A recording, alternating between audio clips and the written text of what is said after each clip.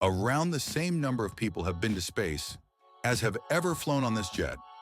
Its pilots wear a custom watch that was never sold to the public, a watch that is rarely seen. Here's the gouge on the very first unit watch of the elite 509 bomb wing, the B-2 Stealth Bomber Squadron edition of the Breitling B-1. This is Pilot Watch Gouge, where function in the cockpit meets obsession on our wrists. Just honest intel for pilots and watch nerds alike. This channel is dedicated to exploring the fascinating intersection between aerospace and watches. We'll dig deep into pilot watches, both vintage and modern, and sometimes the stories no one else is telling. Pilot watches and flying wing aircraft both have a rich heritage. The Northrop B-2 Spirit was once the most secretive aircraft in the world. It was famously also the most expensive, a massive jet designed to fly undetected across continents, carrying weapons that could end civilization. But inside this community of stealth bomber pilots, a watch exists that was never meant for the public eye. A watch that, like the B-2 itself, is barely ever seen. The B-2 Spirit, a flying wing born in the shadows of the Cold War. Each cost more than $2 billion. Only 19 exist, and only one unit on Earth, the 509th Bomb Wing, flies them out of Whiteman Air Force Base in Missouri. The 509th traces its roots to the 509th Composite Group of the Army Air Corps, the unit that dropped the atomic bombs on Hiroshima and Nagasaki in 1945. In 1993, the 509th became the first and only operational B-2 Spirit unit. To this day, they remain the sole B-2 wing. No other base or unit flies the jet.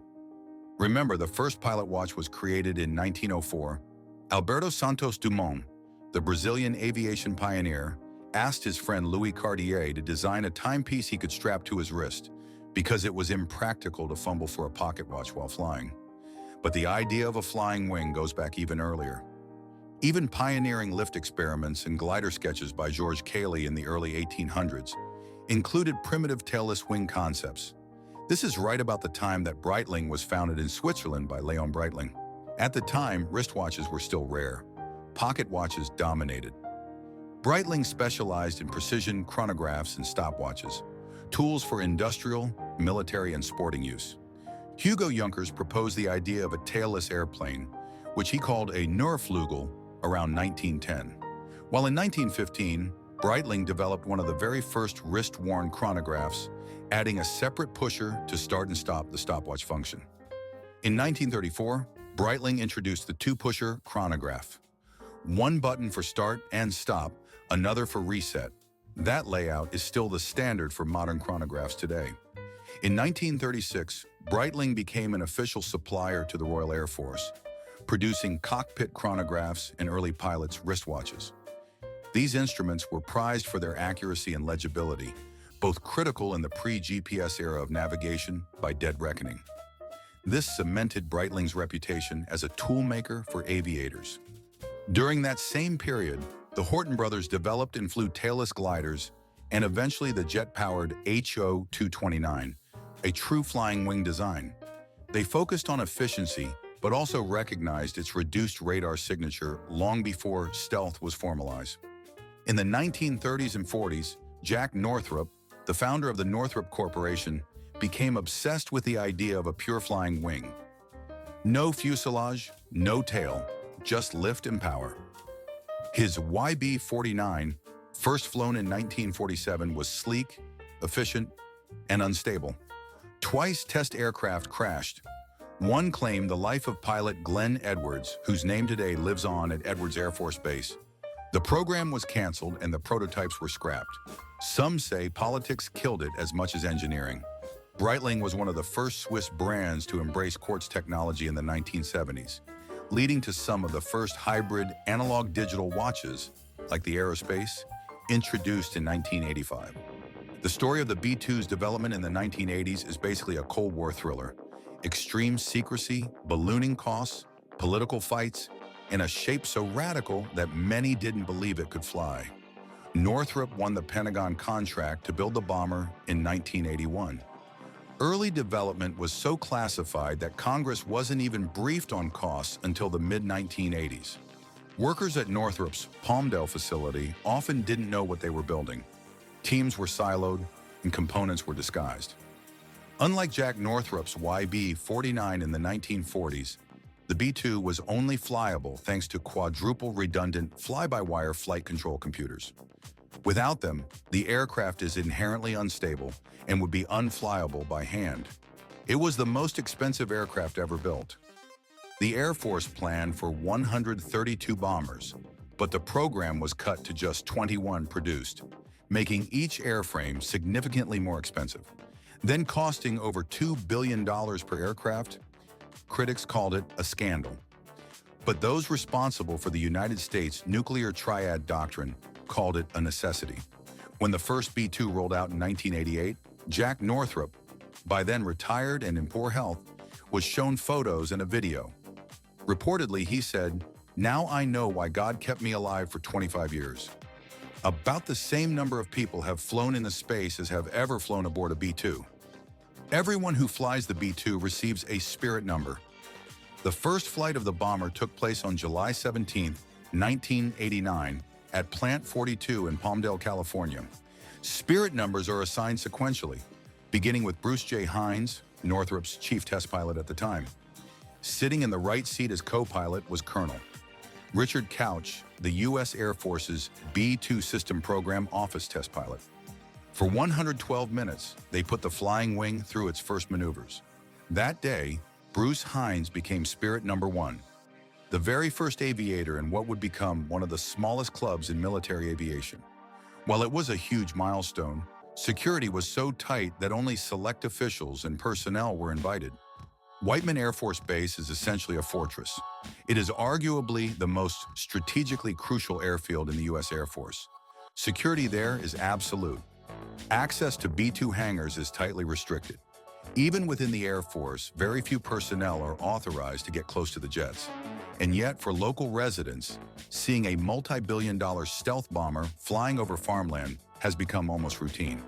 The B-2 Spirit isn't just an aircraft, it's a SCIF, a sensitive compartmented information facility. In plain language, that means it's a flying vault of highly classified secrets. No phones, no smartwatches, nothing with a transmitter. Even when powered off, devices are considered a risk. Bring one inside and it can be a career ender. In the world of classified operations, SCIFs are where the secrets live. Their cockpit is a SCIF with wings. That's why Spirit pilots rely on simple, secure tools. For years, it meant simple digital tool watches, stopwatches, plus paper charts, checklists, and notepads. B-2 crews did eventually get approval to wear a dumbed-down version of a Garmin watch. But the Apple Watch is a no-go. For years, B-2 crews weren't even allowed to bring cell phones into the jet. Life inside the B-2 program could be both cutting-edge and frustratingly analog. For years, crews flew with paper charts, organizing the cramped cockpit with kneeboards and some impressive origami skills. In 1999, Spirit serial number 82-1069, call sign ZAR-11, the Spirit of Indiana, made history at the Royal International Air Tattoo in England. Until then, Spirits had only flown past the crowd. That summer, for the first time, one landed. Held annually at RAF Fairford in Gloucestershire, the tattoo attracts over 150,000 visitors and aircraft from more than 30 nations. It's widely recognized as the largest military air show on Earth, a kind of showcase for soft power diplomacy. Among the visitors that year was a representative from Breitling. A chance encounter on the ramp started the ball rolling for a project that would become the B-2 community's first unit watch. The watch chosen by B-2 pilots was the Breitling B-1. Introduced in 1998, it was Breitling's flagship hybrid analog-digital multifunction chronograph for pilots.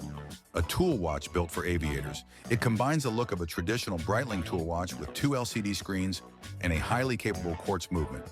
At 43 millimeters stainless steel, it wears large but purposefully, a bi-directional slide rule bezel for quick math in the cockpit, oversized numerals at 3, 6, and 9. And beneath sapphire glass, 2 negative LCD displays, night vision compatible, designed for use in low-light operations. The watches have solid case backs designed to look like a jet turbine, adding a little aviation flair. Inside, the caliber 68 quartz movement, COSC certified, accurate to within 25 seconds a year. More precise than any mechanical chronograph and very reliable for long sorties. Functions mattered here. Dual time zones, UTC in 24-hour format, 2 alarms, a countdown timer, a perpetual calendar, and a chronograph accurate to 1/100th of a second. Not just complications for show, but real tools for crews flying missions measured in hours, not minutes. Every B-2 pilot completes at least one 24-hour flight in the sim before they qualify in this jet. The conversation started in England with executives at Breitling, but there was some consternation about which division of the watchmaker should execute the project and make the sale. Ultimately, the project shifted to Breitling's team based in the US. The B-2 Stealth Bomber Squadron edition was based on the Breitling B-1 reference 68362, with the B-2 silhouette at 3 o'clock and the words B-2 Stealth at 9 o'clock. The B-2 silhouette applied to the dial was based on a bit of clip art from the squadron's standard PowerPoint slide deck. It's faceted to catch the light, which is ironic for a jet painted such a deep shade of blue that it blends seamlessly into the sky at night. You see, the B-2 isn't black at all. It's blue. The big obstacle for the project turned out to be the price. Breitling initially offered the watches for $1,500 per watch, which was generally received as too costly for pilots on military salaries, until a well-timed retention bonus hit, which helped more of them afford the watch. That's just over $2,800 in 2025. The first batch of 45 watches was delivered in the year 2000. Standard Breitling B-1 models can be found pre-owned for $1,800 to $3,000 today, depending on their condition. Military editions like this one are rarely seen on the market, and when they do appear, they fetch a premium due to rarity and provenance. Eventually, more watches joined the program. Follow-on batches came in 2003 and 2005, roughly 150 in total. After the B-1 model was discontinued in 2006, it was replaced by the Breitling Airwolf, but many collectors regard the B-1 as superior in design and utility. Dozens, not hundreds, of these references were delivered. A few dozen custom Omega X33 Gen 2s were delivered to pilots between 2006 and 2007, and after 2010, an order of about 100 squadron editions of Bremont watches arrived. Unlike big fighter squadrons that might commission hundreds of Navitimers or Bremonts, the B-2 community is tiny.